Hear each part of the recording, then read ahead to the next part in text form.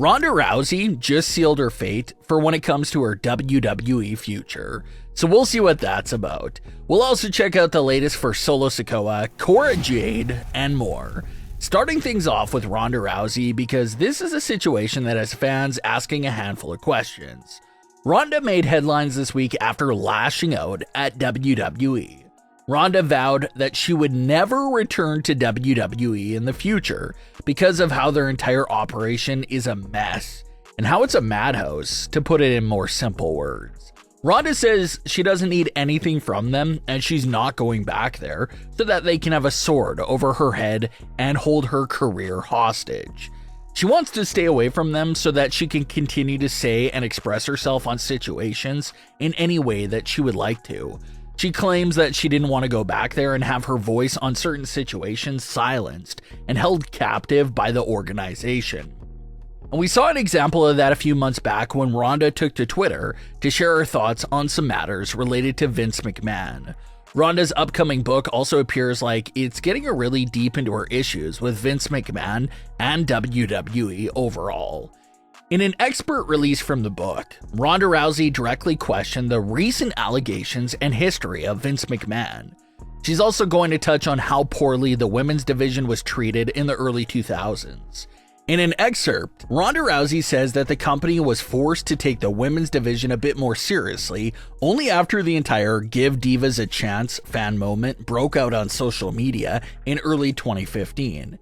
It was one of the lowest points for women's wrestling in WWE that started that movement, and that was a tag team match between Paige and Emma versus the Bella Twins, a match that lasted just 30 seconds on a 3-hour show.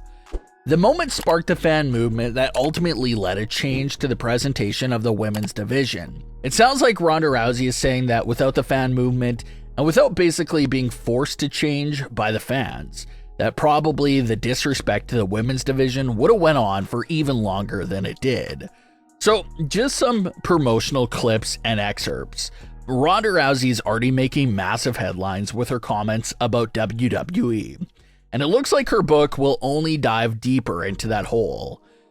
With Ronda Rousey publicly destroying WWE and vowing to never return to the company ever again, it has fans wondering if the two sides really don't have a relationship of any kind going on anymore. A big topic of fan discussion in recent years was if Ronda Rousey deserved to be inducted into the WWE Hall of Fame or not. A lot of fans claim that she should because of everything she did for women's wrestling during her first run in WWE from 2018 to 2019. Regardless of how you feel about Ronda Rousey, there's no denying the positive impact and change that she brought to the WWE. A lot of individuals within the industry say that without Ronda Rousey, the WWE Evolution event and the WrestleMania 35 main event would have never happened. So there's a lot of people out there that think Ronda locked up a Hall of Fame induction just based off of everything she did for the division in that first run. But now with the way she's speaking about the company, it doesn't look like that Hall of Fame induction will be coming anytime soon. A lot of fans also wonder if Ronda's experience from her second WWE run is what left that sour taste in her mouth. Contrary to her first run in the company, her second run was all over the place. She returned and won the Royal Rumble in 2022, feuded with Charlotte for a bit, feuded with Liv Morgan for a while, but didn't really do anything major at all. It's also important to note that the change of power within WWE was also happening right in the middle of Ronda's second run in WWE. So, is that what she's referring to when she says everything was crazy? It's hard to tell, but after these comments from Ronda Rousey, it looks like we can surely not expect her to show up in WWE, potentially ever again, judging by how passionate she sounds about the matter. Another interesting fan discussion that's been going on lately involves Austin Theory and Solo Sikoa. For Austin Theory, he was literally presented on television as Vince McMahon's next hand-picked guy. Vince came out of television hiatus just to work and appear alongside Austin Theory. So that had everyone thinking that Austin Theory really was about to take off, and he did for a while.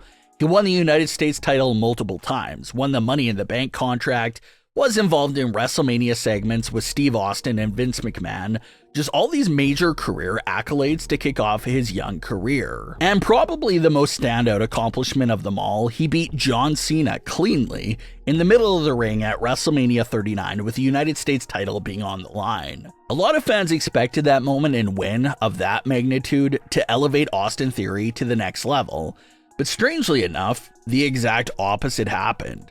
Theory's title reign lost steam following the victory over Cena. He dropped the title and hasn't done much since.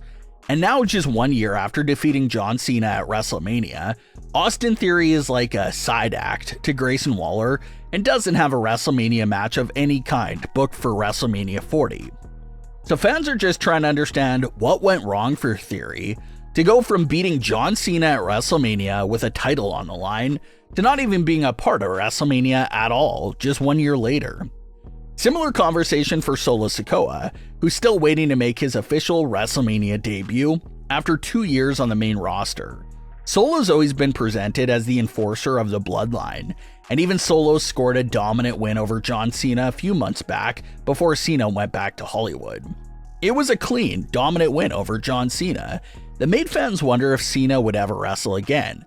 That's how strong Solo looked in that match. But even with that win over Cena and more experience under his belt, Solo Sikoa wasn't able to make it onto the WrestleMania 40 card. And now Solo has missed both WrestleMania 39 and 40 in terms of not having an official match.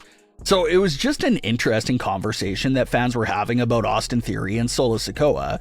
Both had these major career wins over John Cena in 2023, but nothing really came from those wins. So hopefully things do get back on track soon for Theory and Solo. Cora Jade recently attended Rolling Loud and made a post that basically introduced some mainstream music fans to her. Cora posted her Rolling Loud photos with the caption of, "I'm going barnacles." That caption comes from a line in Playboi Carti's verse from the #1 Billboard song Carnival. That post went viral and introduced a lot of Carti fans to Cora Jade for the very first time.